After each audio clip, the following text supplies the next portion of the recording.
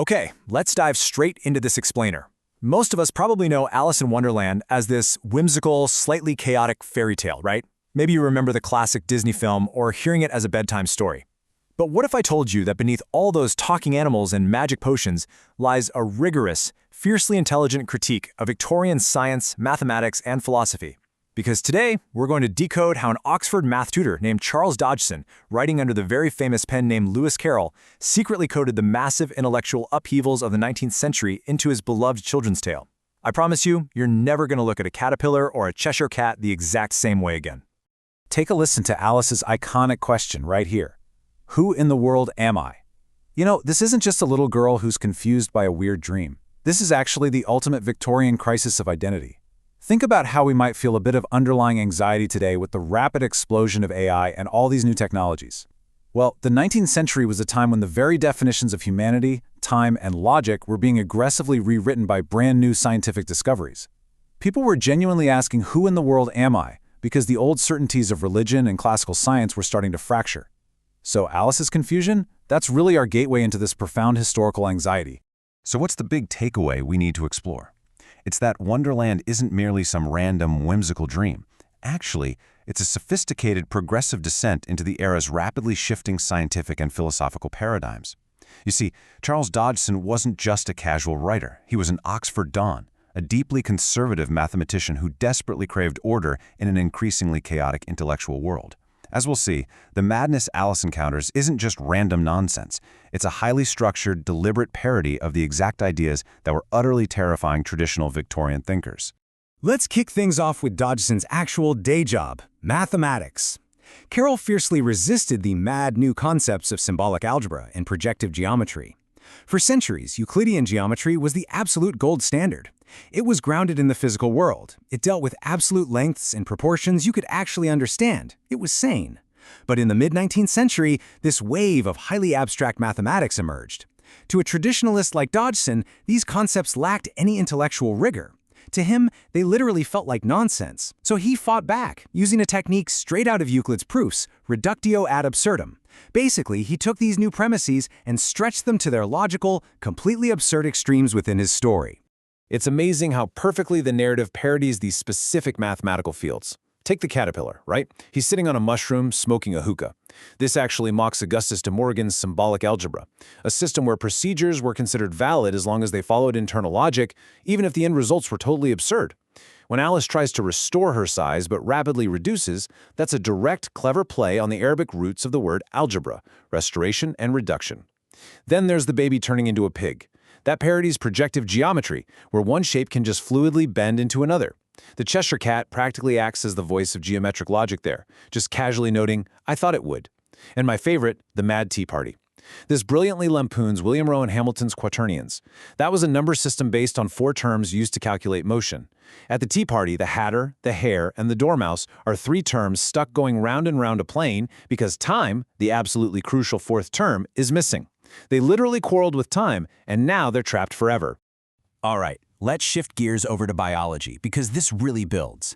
Alice's constant, terrifying shape-shifting, it directly mirrors the cultural panic triggered by Charles Darwin's evolutionary theory. On the Origin of Species dropped in 1859, just a few years before Alice was published. Darwin's work completely shattered the comfortable old idea of fixed species, where humans sat safely at the top of the ladder. Suddenly, humanity was thrown right into the animal kingdom, subject to the same brutal, random forces of mutation as everything else. Think about when Alice encounters the pigeon. The pigeon flat out refuses to believe Alice is a little girl. It classifies her as a serpent because she has a long neck and eats eggs. It's hilarious, sure, but it's also a deeply unsettling crisis of biological classification. We can literally map Darwin's 3 core observations right onto the story, which, remember, completely upended the Victorian understanding of a fixed reality. First up, variation. That's exactly like Alice constantly changing form. Second, the struggle for existence. This is drawn straight from Thomas Malthus's theory about populations outstripping resources. Wonderland is a fiercely competitive, hostile environment. The Queen of Hearts running around constantly shouting off with their heads isn't just a quirky character trait. It represents the very real, very terrifying Malthusian threat of extinction.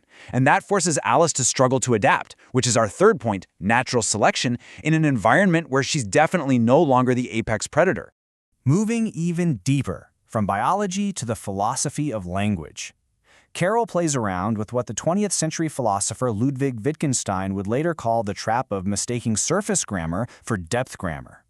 Philosophers love to tie themselves in knots because they look at how a word structurally appears in a sentence rather than how it actually functions in real life. Wittgenstein called this language on holiday, which is a great phrase. It's when words are yanked out of their practical context and treated as physical, absolute entities. And Carroll? He was an absolute master at exploiting this exact philosophical puzzlement for comedic effect.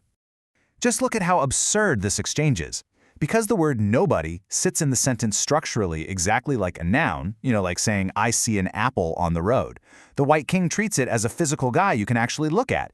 This leads to a total logical breakdown, where the king later assumes that since nobody is walking on the road, nobody must naturally be walking slower than the messenger. Carroll is winking at us here, showing that simply following the grammatical rules of English absolutely does not guarantee you're making any sense. It's a profound commentary on the limits of language, totally disguised as a childish pun.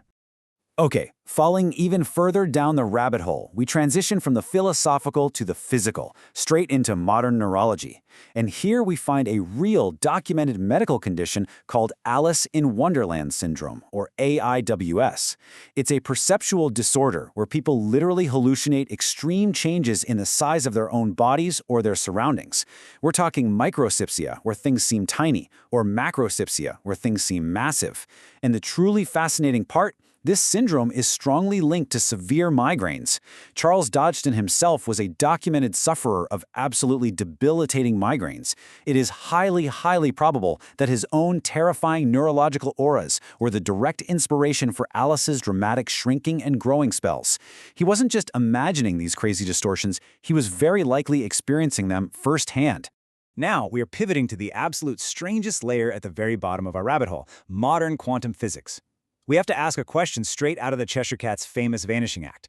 In the book, the cat disappears slowly, leaving nothing but its grin behind. Alice even points out that she's often seen a cat without a grin, but never a grin without a cat.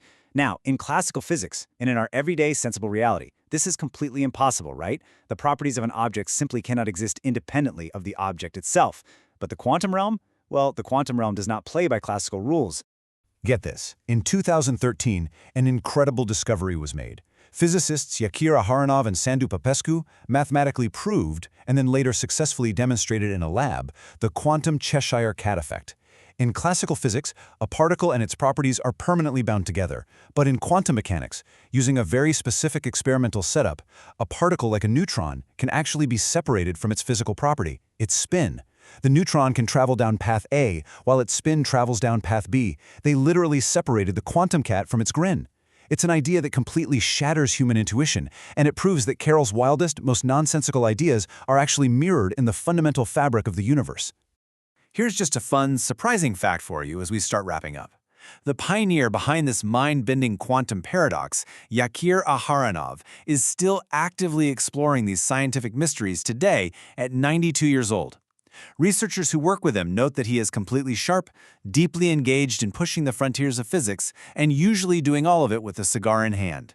Honestly, it just goes to show that questioning reality and exploring impossible paradoxes might just be the ultimate secret to keeping your mind incredibly young. So we have to end our explainer by asking one final thing. Did Charles Dodgson merely write a whimsical fairy tale just to entertain a little girl on a summer boat trip? Or did he, perhaps inadvertently, map out the absolute limits of logic, physics, and reality itself? Through the lenses of mathematics, biology, philosophy, and even quantum mechanics, Wonderland really stands as a perfect mirror, reflecting our ongoing struggle to make sense of a chaotic universe. It leaves us to forever ponder the depths of the rabbit hole. Thank you so much for joining me on this deep dive into the real science of Wonderland. Keep questioning, keep exploring, and I'll catch you in the next explainer.